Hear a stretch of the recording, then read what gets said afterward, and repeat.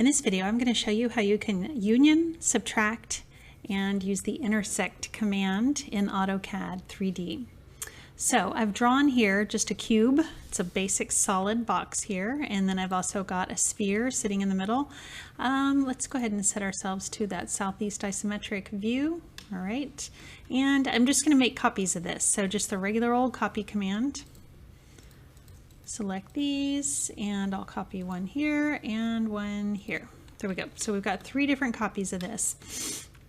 Now what we're going to do is we're going to begin with, we're going to union these objects together. I'm on the home ribbon. It's the solids editing panel, and it's these 3 icons right here. They're kind of in a vertical strip here. So the first one is solid union. The way that works is I'm going to select this object. I'll select the sphere, and when I press enter, instead of being 2 separate objects, they become one object.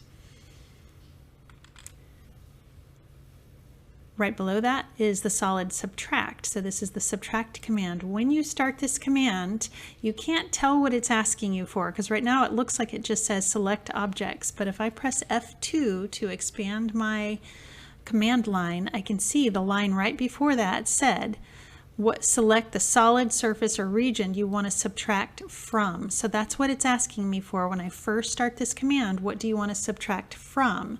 So if I want the sphere to go away, I'm subtracting from the box.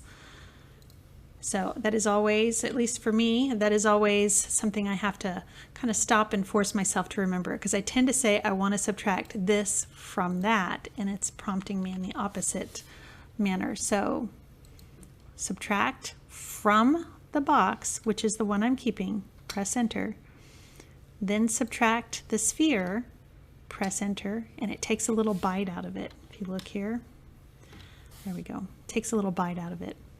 Now the next one is the solid intersect command. So the intersect command, what it's going to do is I'm going to select 2 different objects, and when I press enter, it only keeps where they intersected each other. So just that little part where they touched. So the cool thing I can do here is kind of rotate it this way to see. I'm going to do the move command.